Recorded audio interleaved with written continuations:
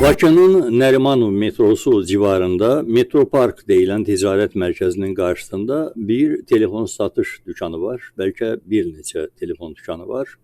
Bu ərazidə adamlar həmişə çox olur və təbiidir, həm metrodur, həm də irili xırdalı dükanlar var. Eyni təbiilik dərəcəsində bu izdiham epizodlarının arasında post patrul xidmətinin polis nəfərləri də hərlənir. Onlar da bir parça çörək pulu üçün buradadılar. Polislər ölkəmizdə asayişi təmin edir və əvəzində asayiş içərisində yaşayan vətəndaşlardan xeyriyyə vəsaitləri toplayır. Kimsə xoşluqla verir, kimsə könülsüz, kimlərdənsə də zorla qoparmaq lazım gəlir. Bu da bir əziyyətli işdir. Polis işini deyirəm, əziyyətlidir.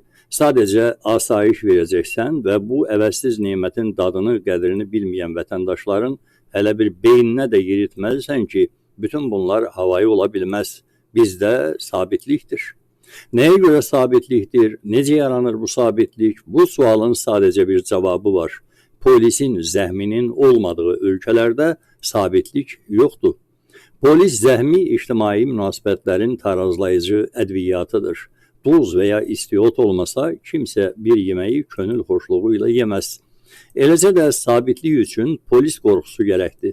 Yoxsa onun gerçək dadını, varlığını belə hiss edə bilməzsiniz. Buna görə də Azərbaycan bir polis rejimidir deyəndə naşükürlük pərdələrinin altından bir də şükür pərdələrini kəşf edin. Tapan kimi başınızı aşağı salıb həyatınıza davam edin. Qərəz bu fəlsəfi, sosial, psixoloji qatları bir kənara rədd edib söhbətin məğzini dinləyin. İctimai asayişin satışı ilə məşğul olan bu post patrul əməkdaşlarının gözləri telefon dükanının gənc satıcı xanımlarına sataşır. Yəqin ki, hər zaman belə olur və polis asayişin əvəzinə bir də bu xanımlarla məzələnmək istəyir. Onlara söz atmaq, onların reaksiyalarını izləmək. Bu da axı onların haqqı sayılan servisin tərkibində olmalıdır. Amma naşükür vətəndaşlar bunu düzgün qiymətləndirmirlər və onlar polisin bu qanuni haqqının mahiyyətini anlamadıkları üçün çıxıb etiraz edirlər. Qadınlara sataşmayın etirazı ilə post patrul xidməti əməkdaşlarının üstünə yeriyirlər.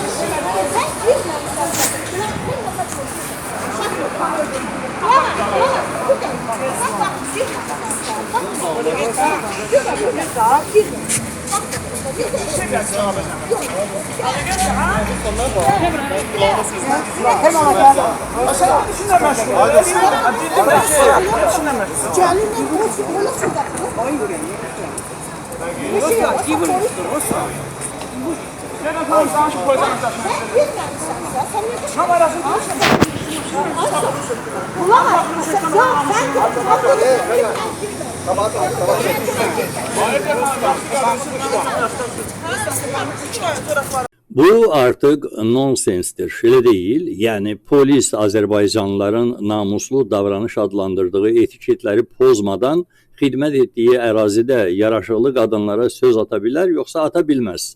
Günün sualı budur. Yəni suallar artıq buraya qədər gəlib çıxıb.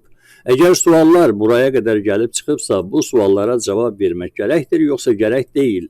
Doğrudan tamamilə ciddi soruşuram. İndi polisin yaraşıqlı xanımlara söz atmaq, onlara sataşmaq haqqı yoxdurmu? Bəs asayiş kimi müstəsna nemətin əvəzində polis yaradılmış ictimai sahmandan hansı feyzi əxz etməlidir? Axı polis olmasa adamlar bir-birinin ətini yiyər. Siz elə hesab etmirsiniz ki, polis olmasa adamlar bir-birinin ətini yiyər, qanına susuyar, gözünü çıxarar. Baxın, dünyanın nə qədər ölkəsi var ki, orada polis yoxdur və adamlar artıq çiğ ət yeməyə başlayıblar. Azərbaycanda isə şükür Allaha durum bu qədər faciəvi deyil və polis asayişi təmin edir. Əvəzində isə o qədər də çox şey istəmir. Bir qədər xırda para, pul və arabir öz mənəvi ehtiyaclarını ödəmək üçün belə sosial ədviyyat qopuqları və salam. Təbii bu hərəkətin arxaik Azərbaycanlı anlayışında adı namussuzluqdur. Amma asayiş də var axı və asayişi sabitliyi bu uniformalı nəfərlər müəyyən edirlər. Mən əlavə şərh etməyəcəm. Sadəcə bu olayın Nərimanov metrosu civarında Metropark Ticarət Mərkəzinin qarşısında cərəyan etdiyini deyəcəm.